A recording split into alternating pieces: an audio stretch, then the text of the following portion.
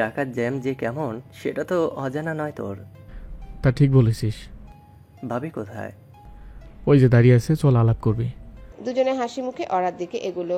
অরা অতিথিদের সাথে হাসি মুখে কুশল বিনিময় করে যাচ্ছে। এর মধ্যে মেহেরাবকে পরিচয় করিয়ে দিল আরিশ। দুজনে স্বাভাবিক কথাবার্তা বলল কিছুক্ষণ। এই কিছুক্ষণের মধ্যে আরিশ বেশ কষ্ট করে নিজেকে সামলে রেখেছে। অরা অন্য কোনো পুরুষের সাথে হেসে কথা বললে বুকে যন্ত্রণা হয় তার। ভাইয়া শোনো। তালহাকে ডাক দিল সাবিয়া, হাতে তার জুসের গ্লাস। তালহা দ্রুত পায়ে ওর দিকে এগিয়ে গেল। হ্যাঁ বল। অনেক কাজ করেছো, এবার একটু জুস খেয়ে নাও তো। বেশ মিষ্টি করে কথা বলল সাবিহা। বোনের এত কেয়ারে তালহা বেশ খুশি হলো। সাবিহার হাত থেকে জুসের গ্লাসটা নিয়ে ঢকঢক করে সবটুকু জুস শেষ করে ফেললো। Thank you Bruyne. ওয়েলকাম ভাইয়া। তালহা চলে যাওয়ার জন্য পা বাড়াতে সাবিহা আবারও বলে উঠল, ভাইয়া কি? এই জুসের গ্লাসটা ওরা ভাবিকে দিয়ে এসো না প্লিজ। ভাবির গলা শুকিয়ে গেছে বললো, আমার একটু কাজ আছে। তালহা স্মরণ বলে সাবিহা থেকে জুসের গ্লাসটা হাতে নিল। হ্যাঁ ঠিক আছে। সাবিহা মুচকি হেসে অন্যদিকে হাঁটতে লাগলো। হলরুম জুড়ে অনেক লোকজন, কেউ কেউ নিজেদের মধ্যে কথাবার্তা বলছে, কেউ আবার খাওয়া দাওয়া করছে। এমন সময় অরার চিৎকারে কিছুটা চমকালো সকলে। রাগী ভূত, ও রাগী ভূত কোথায় আপনি? আরে দেখুন না, আমার জামা আকাশে উড়ছে। একজন বিজনেস পার্টনারের সাথে কথা বলছিল আরিশ। আচমকা অরার এমন আচরণে থতমত খেয়ে তাকালো সে। সকলের দৃষ্টি এখন অরা অর্থাৎ আরিশ খানের স্ত্রীর দিকে। ওখানে দাঁড়িয়ে আছেন কেন? একটু এদিকে আসুন না। রাগী ভূত, আমার না কেমন আনন্দ আনন্দ লাগছে। আহা কি আনন্দ আকাশে বাতাসে। অরার অবস্থা দেখে কারোরই বুঝতে অসুবিধা হচ্ছিল না সে অতিরিক্ত ড্রিঙ্কস করেছে। আরিশ অরার দিকে এগোচ্ছে। এক কোনায় দাঁড়িয়ে মুচকি মুচকি হাসছে সাবিহা। তালহা কিছুটা দোটানায় পড়ে গেছে। তার দেওয়া জুস খেয়ে কি অরার এই হাল, নাকি এমনি ড্রিঙ্কস করেছিল? বাকি কি হয়েছে? এমন করছো কেন? তুমি ড্রিঙ্কস করতে গেলে কেন? আরিশ অরাকে জড়িয়ে ধরে দাঁড়িয়েছে। কেউ কেউ সেদিকে না তাকিয়ে নিজেদের মধ্যে কথা বলা বলি করছে। অরা আরিশের চুলগুলো টেনে দিয়ে বলল, বেশ করেছি, রাগী ভূত একটা সবসময় রাগ করে থাকে, ব্যথা দেয় আমায়, সব জায়গায় ব্যথা। আরিশ অরার মুখ চেপে ধরে। মেকি হেসে ইশারায় তালহা এবং মেহেরাবকে দিকটা সামলে নিতে বলল। তালহা ও মেহেরাবও ইশারায় সম্মতি দিল। ফলে আরিশ অরাকে কোলে তুলে নিয়ে বেডরুমের দিকে যেতে লাগলো। অরা এখনো নিজের মতো বকে যাচ্ছে। আরিশ দ্রুত ওকে নিয়ে বেডরুমে ঢুকে বিছানায় শুইয়ে দিল।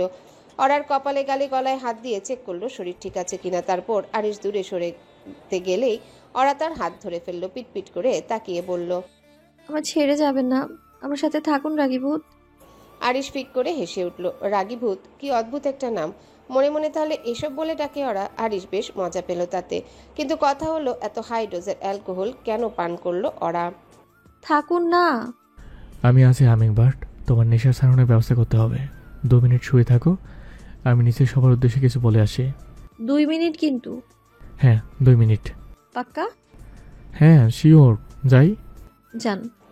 অরার হাতে কিস করে রুম থেকে বেরিয়ে গেল আরিশ। কখন থেকে তামান্নার পিছু পিছু ঘুরছে তালহা, কিন্তু বেচারা কথার সুযোগটা পাচ্ছে কই। তামান্না আজ তালহাকে পাত্তাই দিচ্ছে না। এই তামু কি হয়েছে? আরে শোন না। আমার হাতে অনেক কাজ এখন, পরে কথা শুনবো। তালহা অধৈর্য হয়ে গেছে। হুট করে তামান্নার সামনে গিয়ে দাঁড়ালো সে। চমকালো তামান্না। তালহা এক পা সামনে এগিয়ে শুধালো, কি হয়েছে বলো। আপনি একটা বোকা, মাথা মোটা। এবার সত্যি বোকা বনে গেল তালহা। গলা খাকারি দিয়ে শুধালো, শোনো তামান্না ভাটিয়া, তুমি এভাবে বলতে পারো না আমাকে। কি করেছি আমি? হ্যাঁ কি করেননি তাই বলুন। আপনার পেতনি মার্কা বোন জুস দিল আর আপনি সেটা ভাবিকে দিয়ে দিলেন। আপনি বুঝতে পারেন না সাবিয়া আপা ওরা ভাবিকে সহ্য করতে পারে না। আপনার বোন আরিশ ভাইয়াকে পছন্দ করে, এই জন্যই সবসময় ভাবিকে বিপদে ফেলতে চায়। বোকারাম কোথাকার। তামান্নার কথাগুলো হজম করতে কিছুটা সময় লাগলো তালহার। তবে বুঝতে অসুবিধা হলো না। বিষয়টা নিয়ে তালহা নিজেও ভেবেছিল একবার। জুস খেয়ে অরার ওরকম হয়েছে, কিন্তু সাবিহা যে এতটা নিজ কাজ করতে পারবে সেটা ভাবনায় আনতে পারেনি তালহা। আমি আসলেই বুঝতে পারিনি তামু। আমি সাবিহার সাথে কথা বলবো।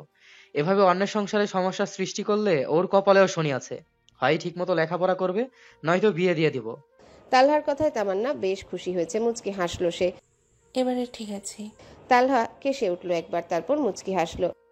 এখন বলো, আমি বোকারাম? মোটেও না। হ্যাঁ, বুদ্ধি একটু কম, কিন্তু পুরোপুরি না। তামান্না এই কথা বলে দ্রুত অন্যদিকে চলে গেল। বেচারা তালহা একা একাই দাঁড়িয়ে রইল সেখানে। মেহরাব, আরিশের ডাক শুনে মেহেরাব পিছনে ফিরে তাকালো। দেখলো আরিশ তার দিকে এগিয়ে আসছে। হ্যাঁ বল, ভাবির কি অবস্থা এখন? আরে কোনো মতো শুয়ে দিলাম, তুই আর তালহা মিলে সবটা হ্যান্ডেল করে নি ভাই। ওকে তুই রুমে যা। আরিশ স্বস্তির নিঃশ্বাস ফেলল, মুচকি হেসে রুমের দিকে এগুলো। একটা অনাকাঙ্ক্ষিত ঘটনা নয়নার জীবনকে বদলে দিয়েছে চিরতরে। প্রতিদিন পাড়ার মানুষের কটাক্ষ, স্কুলের সহপাঠীদের বিদ্রূপ সব মিলিয়ে হাঁপিয়ে ওঠে নয়না। সমাজটা যেন বরাবরই অন্যায়কারীর পাশে দাঁড়ায়, কিন্তু যে অন্যায়ের শিকার তার জীবনটাই হয়ে পড়ে বিচারের কাঠগড়ায়। ধর্ষককে নিয়ে কেউ মুখ খোলে না, অথচ ভিকটিমকে শুনতে হয় আজীবনের অপমান। পড়ার টেবিলের সামনে বসে আছে নয়না, কিন্তু মনটা তার কোথাও হারিয়ে গেছে। কিছুক্ষণ আগে রোকসানা মল্লিক নয়নার ঘরের দরজায় উকি দিয়ে গেছেন। সামনে বার্ষিক পরীক্ষা নিয়ে বেশ উদ্বিগ্ন তিনি। মেয়ের পড়াশোনার দিকে তার নজর সবসময় তীক্ষ্ণ। নয়নার বাবার সঙ্গে কথা বলে একজন হোম টিউটর রাখার পরিকল্পনা করছেন রোকসানা। লা লা লা লা লা লা লা লা। ঘরে ঢুকেই অরার কণ্ঠে ভেসে আসা গানের সুরে থমকে গেল আরিশ, কিন্তু পর মুহূর্তে তার দৃষ্টি স্থির হয়ে গেল এক অসম্ভব দৃশ্যের উপর। নিজের টি শার্ট আর হাফ প্যান্ট পরে অরা দাঁড়িয়ে আছে বিছানার উপর, চুলগুলো এলোমেলো খোলা, চোখে এক ধরনের নিষ্পাপ দুষ্টুমি, টলমলে পায়ে হাঁটছে, হঠাৎ বসে পড়ছে, আবার হেসে উঠছে। দৃশ্যটা যেন স্বপ্ন আর বাস্তবে সীমারেখা ঘোলা করে দিচ্ছে। আরিশ গিলে ফেললো এক ঢোক নিঃশ্বাস। অরাকে এতটা মোহময়, এতটা কামনাময় আগে কখনো দেখেনি। ওলে ওলে, আমার রাগী ভূতটা এসেছে রে। আরিশকে দেখেই খিলখিল করে হেসে উঠল অরা। মুহূর্তেই বাস্তবে ফিরল আরিশ। দরজাটা ধীরে ধীরে টেনে বন্ধ করে দিল সে। চোখে একরকম অস্পষ্ট তারা। তারপর নিঃশব্দে অরার দিকে এগিয়ে গেল, বিছানার উপরে বসে থাকা এলোমেলো চুলে সেই উচ্ছল মেয়েটার দিকে। তুমি না বললে তোমার আসতে 2 মিনিট লাগবে? এই বুঝি 2 মিনিট? আমি কি অশিক্ষিত, সংখ্যা বুঝি না? শোনো, 1 2 3, তারপর হবে 9। তুমি 9 মিনিট লেট করেছো রাগী ভূত। আরিশ অরাকে ধরে আস্তে আস্তে বিছানায় বসিয়ে দিয়ে বলল। এমন ভয়ঙ্কর পড়াশোনা কে শিখেলো তোমাকে হামিংবার্ড? অরা দুষ্টু হেসে এসে আরিশের কোলে চেপে বসলো, দু হাতে গলা জড়িয়ে ধরে কয়েকবার ঘন ঘন চোখের পলক ফেলল। আরিশ ঠিকমতো হাসতেও পারছে না। যদি তার বউ রাগ করে? তুমি শিখিয়েছো রাগী ভূত, তোমার সব দোষ। আরিশ ধীরে ধীরে অরাকে কোলে তুলে নিল। অরার হাত দুটো তার গলায় আর পা দুটো শক্ত করে জড়িয়ে আছে আরিশের পিঠের চারিপাশে। মেয়েটা যেন পুরোটাই ভরসা করে নিজের ওজনটা তুলে দিয়েছে তার প্রিয় মানুষের উপর। হালকা হাসি মুখে, মাঝে মাঝে কিছু ফিসফিস কথা চালাচালি। আরিশ এগিয়ে চলেছে ওয়াশরুমের দিকে। ইয়েস ম্যাডাম, সব দোষ আমার। তুমি এখন লক্ষ্মীমের মতো গোসল সেরে নাও। ওয়াশরুমে ঢুকে দরজাটা টেনে বন্ধ করে দিল আরিশ। তারপর ধীরে ধীরে অরাকে কোল থেকে নামিয়ে দাঁড় করালো। চারিপাশে একবার চোখ বুলিয়ে নিল, যেন এই ঘরে প্রথমবার ঢুকেছে ওরা। অরার ভেজা চুল, এলোমেলো মুখের হাসি আর চোখে নেশার ঝাপসা দৃষ্টি, সব মিলিয়ে মেয়েটা অসম্ভব রকমের মোহময় লাগছে। আরিশ ভেতরে ভেতরে টাল খাচ্ছে, ইচ্ছেগুলো যেন দম বন্ধ করে জাগতে চাইছে, কিন্তু ওরা এখন পুরোপুরি হুঁশে নেই।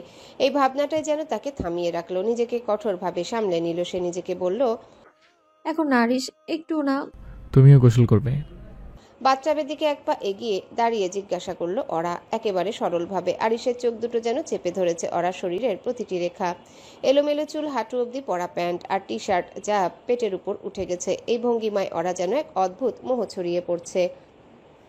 অবাক হয়ে এক দৃষ্টিতে তাকিয়েছিল আরিশ, কিন্তু কিছু বলার আগেই ওরা আচমকা পানি ভর্তি বাথটাবে বসে পড়ল। আরিশ কিছুটা চমকে উঠে শরীরে এক অদ্ভুত টান অনুভব করে। আরিশ বাবু, ও আরিশ বাবু, এদিকে এসো না। অরার গলা শুনে আরিশ ঠোঁট কামড়ে কিছুক্ষণ হেসে নিল। মাথায় একটা খুনসুটি ঘুরপাক খাচ্ছে। আগামীকাল যখন ওরা সবকিছু মনে করবে, তখন তার মুখটা কিভাবে বদলে যাবে, সেই ভাবনাটাই যেন তাকে আনন্দিত করছে। আমি বাবু? ওলে ওলে, তুমি তো বাবু না, তুমি হচ্ছে রাগী ভূত। অরার কথা শুনে আরিশ হেসে ফেলল, যেন অরার এই হাস্যকর ডাকে একরকম শিহরণ অনুভব হচ্ছে। ওহ, হামিংবার্ড আর আবুলতোল বকতে হবে না। এসো, মাথা ধুয়ে দিচ্ছি, গোসল সেরে নেবে, ভালো লাগবে। আরিশ অরার মাথা ও চুল ধুয়ে দিতে এগিয়ে গেল। অরা হঠাৎ করেই তাকে বাথটাবের ভেতর ফেলে দিল। তার চোখে মুখে খুশির ঝিলিক, যেন ওরা খুব মজা পেয়েছে। আরিশের শরীরে তীব্র উত্তেজনা ছড়িয়ে পড়ল। অরার ভেজা শরীর, চুলের লকগুলো আর পানির ছোঁয়া একে অপরকে ঘিরে। অরার উন্মুক্ত পেট, স্পষ্ট বক্ষ বিভাজনের খাজ আর পানির গায়ে ছিটানো স্নিগ্ধতা, সবকিছুই যেন আরিশকে এক ঝলকে অন্য জগতে নিয়ে যাচ্ছে। ফর্সা উরুর উপর পানির ছোঁয়া তার মনোযোগ পুরোপুরি অরার দিকে টেনে নিচ্ছে। নিজেকে সামলাতে নিজের সাথে যুদ্ধ করে যাচ্ছে আরিশ, যার ফলস্বরূপ অস্থিরতা গ্রাস করে নিচ্ছে তাকে। তুমি সবসময় আমার ব্যথা দিয়ে আদর করে কেন? অরার কথাগুলো বড্ড করুণ শোনালো। আরিশ তার দিকে মনোযোগ দিল এবার। অরাকে কোলের উপর বসিয়ে জড়িয়ে ধরল সে। ডাজ ইট হার্ট মোর? খুব খুব। আমি তোমাকে আঘাত দিতে চাই না পাখি, কিন্তু আমার স্পর্শ এমন, যেখানে ছুঁই দাগ হয়ে যায়। তাহলে ছুতে হবে না, যাও, তুমি পচা। তোমার কাছাকাছি না আসে তো আমি থাকতে পারবো না পাখি। এই যে এখন দূরে আছে, কেবল তোমার সম্মতির অপেক্ষায়। কিসের সম্মতি? আরিশের কপালে আঙ্গুল ছুঁয়ে শুধালো অরা। তোমাকে নিজের করে নেওয়ার জন্য সম্মতি। না করেছে কে? মুচকি হাসলো আরিশ। অরার হাতটা ধরে কপাল থেকে নিচে নামিয়ে আনলো। মাতাল অবস্থায় কেউ সবাই না করে না হামিংবার্ড। অরা কিছু বলল না। এক মুহূর্তের জন্য আরিশ স্থির হয়ে রইল, কিন্তু তারপর অরার আচমকা কাছাকাছি চলে আসা তার মনোযোগ পুরোপুরি টেনে নিল। অবাক করে দিয়ে অরা ধীরে ধীরে আরিশের ঠোঁটের দিকে এগোতে শুরু করলো। শুকনো ঢোক গিলল আরিশ, যেন তার গলা আটকে এসেছে। তার হৃদস্পন্দন দ্রুত হয়ে উঠল, যেন হৃদয় তার বুকের ভেতরটা ভেঙে বের হয়ে আসতে চাচ্ছিল। অরা এখন একদম তার ঠোঁটের কাছে। দুজনের মধ্যে একটা অবর্ণনীয় উত্তেজনা সৃষ্টি হয়েছে। Don't do this hummingbird, I want to be able to control my self. পরে তুমি কষ্ট পাবে, তোমার খারাপ লাগবে। Please don't do this. আমি এটাই করব রাগীভূত। অরা জানে না সে আগুনে ঘি ঢালতে চলেছে। সেই আগুন যার তাপ সহ্য করার ক্ষমতা অরার নেই। আরিশ অরাকে থামাতেও পারবে না। তার ভেতরের কামনা বাসনা তাকে অরাকে থামাতে দিচ্ছে না। মনে মনে চাইছে অরা তাকে গভীরভাবে ছুঁয়ে দিক। তারপর অরা আরিশের ঠোঁটে নিজের ঠোঁট ছুঁয়ে দিল। এরপর সে তার চুলগুলো শক্ত করে আঁকড়ে ধরে ঠোঁটের সমস্ত মধু পান করতে শুরু করলো। আরিশ দুবার লম্বা নিঃশ্বাস ফেলল। তারপর অরার কোমর শক্ত করে হাত রাখলো। সে নিজেকে পুরোপুরি অনুভূতিতে মগ্ন করে দিল, যেন মুহূর্তটি তার জন্য এক নতুন অনুভবের জায়গা হয়ে উঠছে। ধীরে ধীরে ব্যথায় বিষিয়ে উঠল অরার কোমল ঠোঁট। মেয়েটা এখন সরে যেতে চাইছে, কিন্তু উন্মাদ আরিশের আগ্রাসী থাবা তাকে সরতে দিচ্ছে না। কিছুক্ষণ পর আরিশ বুঝতে পারল অরা এখন নড়াচড়া করছে না। বুকটা ধক করে উঠল, যেন এক মুহূর্তের জন্য সময় থেমে গেছে। অরা জ্ঞান হারিয়ে ফেলেছে। আরিশের শরীর থেমে গেল, নিঃশ্বাসের গভীরতা আরো বেড়ে গেল। তার মন দুর্বিষহ অনুভূতির মধ্যে আটকে গেল। নিজেকে সামলানো কঠিন হয়ে পড়ছে। কয়েক মিনিট এমনই বসে রইল সে। মনে মনে নিজেকে বোঝাতে চেষ্টা করছিল এই উত্তেজনা, এই আবেগ, এসব ঠিক কিনা। মনে মনে নিজেকে অনেক কিছু বোঝাতে লাগলো। ওরা এখন নিজের মধ্যে নেই, বেহুশে। এই মধ্যে কিছু করা সম্ভব না, এটা অন্যায়। ওরা জানলে ভীষণ কষ্ট পাবে। না আরিশ, তুই যথেষ্ট বুঝদার, এমন করতে পারিস না তুই। মেয়েটা হুঁশে নেই, তোকে দেখভাল করতে হবে। নিজেকে নিজেই মোটিভেট করতে লাগলো আরিশ। পার্টি শেষে সবাই যার যার বাসায় চলে গিয়েছে। বাসার লোকজনও যার যার রুমে চলে গিয়েছে। কেবল সাবিহা ড্রয়িং রুমে বসে আছে। মেহেরাব বাসায় ফেরেনি।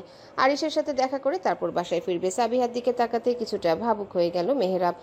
তারপর মনে পড়লো কিছুক্ষণ আগে মেয়েটাই তালহাকে একটা জুসের গ্লাস দিয়েছিল, আর তারপর কি হয়েছে সেটা সবাই জানে। ক্রুরও হাসলো মেহেরাব। ধীর পায়ে সাবিহার দিকে এগুতে লাগলো। এই বিউটি কুইন, একা একা বসে আছো কেন? আচমকা পুরুষালী কণ্ঠ শুনে মাথা উঁচিয়ে সামনে তাকালো সাবিহা। সাদা রঙের পোশাকে শ্যামবর্ণ মেহেরাবকে দারুণ লাগছে। সেটা আপনাকে কেন বলবো? হু আর ইউ? Nice question. না বললে বলতে হবে না। তুমি জাস্ট আমাকে এটা বলো, আর ড্রিঙ্কসে তুমি অ্যালকোহল মিশিয়েছিল কেন? চমকালো সাবিহা। এই ভদ্রলোক কিভাবে জানলেন সেসব? ইতস্ততভাবে বলল সাবিহা। কিসব বলছেন? বল কিছু তো বলিনি বিউটি কুইন।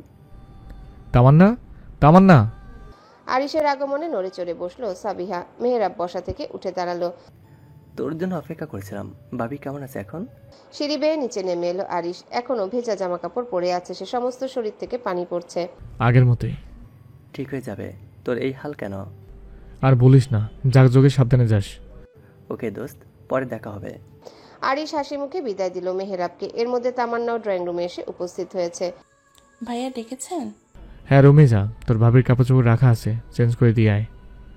তামান্না মাথা নেড়ে দোতলার দিকে এগেল। সাবিহার ঠোঁটের কোণে মুচকি হাসি ফুটেছে। নিজের বইয়ের পোশাক চেঞ্জ করার জন্য অন্য কাউকে বলার মানে হলো নিশ্চয়ই ওদের মধ্যে স্বামী স্ত্রীর সম্পর্ক নেই। আনন্দে নাচতে ইচ্ছা করছে সাবিহার।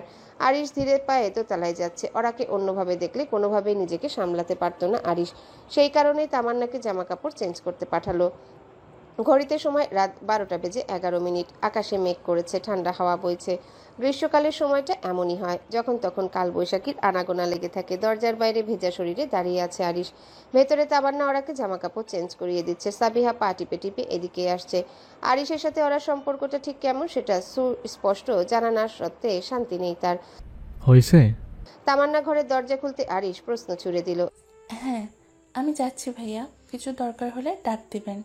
তামান্না ঘর থেকে বেরিয়ে দরজার বাইরে দাঁড়িয়েছে। আরিশ ঘরে ঢুকে দরজা আটকে দিতে দিতেই বলল, এখন কিছু লাগবে না, তুই গিয়ে ঘুমা। ঠিক আছে। তামান্নাকে এগিয়ে আসতে দেখে সাবিহা চুপচাপ সিঁড়িতে দাঁড়িয়ে রইল। দেখা হলো দুজনার। কিছু লাগবে আপনার? না। আচ্ছা। তামান্না শোন। তামান্না চলে যেতে পা বাড়াতে সাবিহা দাঁড় করিয়ে দিল তাকে। তামান্না শুধায়, কিছু বলবেন? ওরা ভাবে কি তুই চেঞ্জ করিয়ে দিলে কেন? সাবিহার প্রশ্নে থতমত খেয়ে গেল তামান্না।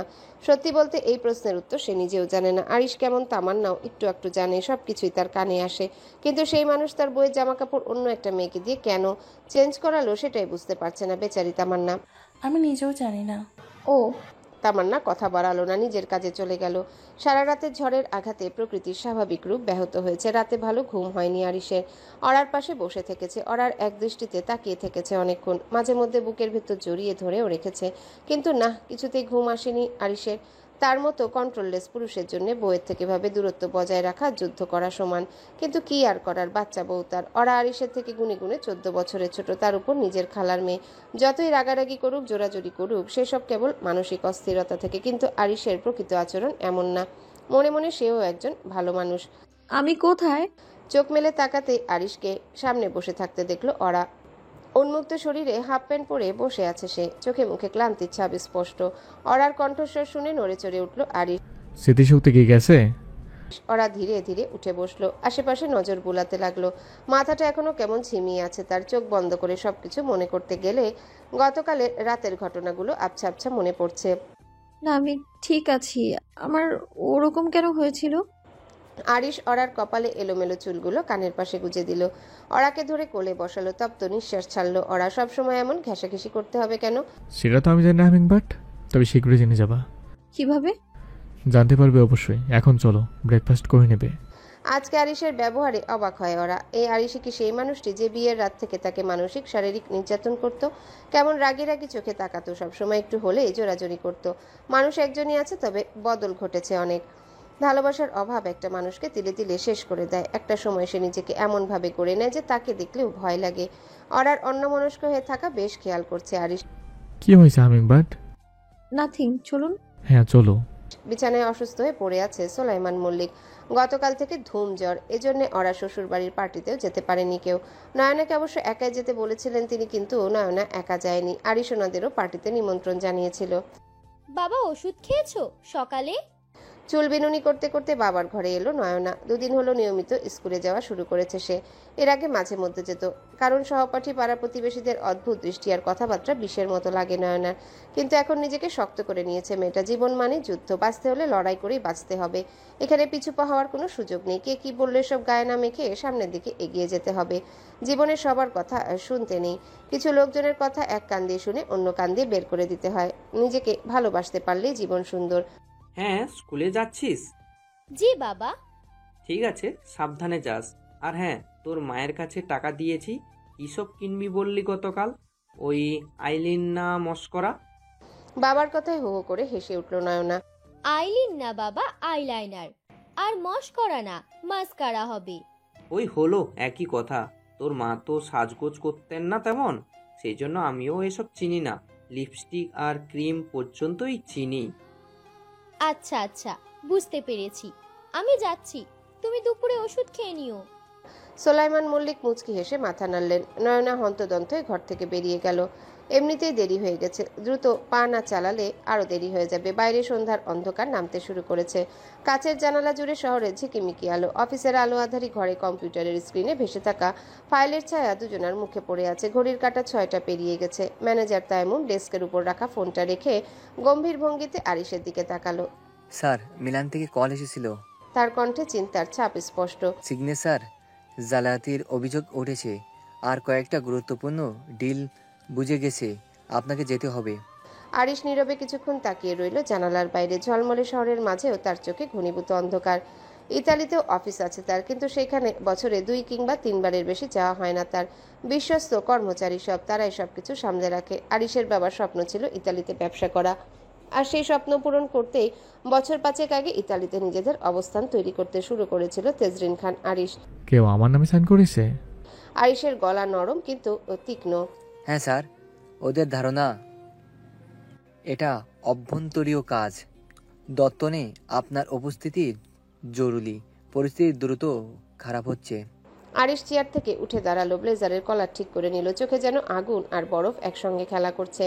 মানুষ বরাবরই বিশ্বাসের মর্যাদা রাখতে পারে না, তারাও পারেনি। অভ্যন্তরীণ কাজ মানে অফিসের কেউ না কেউ করেছে। আমি যাচ্ছি, আগামীকাল সকালে ফ্ল্যাট ঠিক করো। আর হ্যাঁ, কাউকে কিছু বলার দরকার নেই। Got it? তাইমুম ইসলাম বললেন। ঠিক আছে স্যার। আরিশ নিঃশব্দে নিজের কেবিন থেকে বেরিয়ে গেল। তাইমুম ইসলাম মধ্যবয়সী, যৌবনের শুরু থেকে খান ইন্ডাস্ট্রিতে কাজ করছেন তিনি। ড্রয়িং রুমে বসে আছে তালহা। তামান্না রাতের খাবারগুলো গরম করছে। মাঝে মধ্যে তালহা গিয়ে রান্নাঘরে উকি দিচ্ছে, কিন্তু তামান্না বিশেষ পাত্তা দিচ্ছে না তাতে। হঠাৎ কলিং বেলের শব্দে নড়ে চড়ে উঠল তামান্না। এই সময় কে আসতে পারে সেটা ভালো করেই জানে সে। ওরা নিজের ঘরে। গতকাল রাতে কি হয়েছিল সেসব মনে করতে চেয়েও মনে করতে না পারে বেশ বিরক্তিতে বসা থেকে উঠে দাঁড়াচ্ছে, আবার দাঁড়ানো থেকে বসে পড়ছে। এমন ছটফট করছে কেন? আরিশ।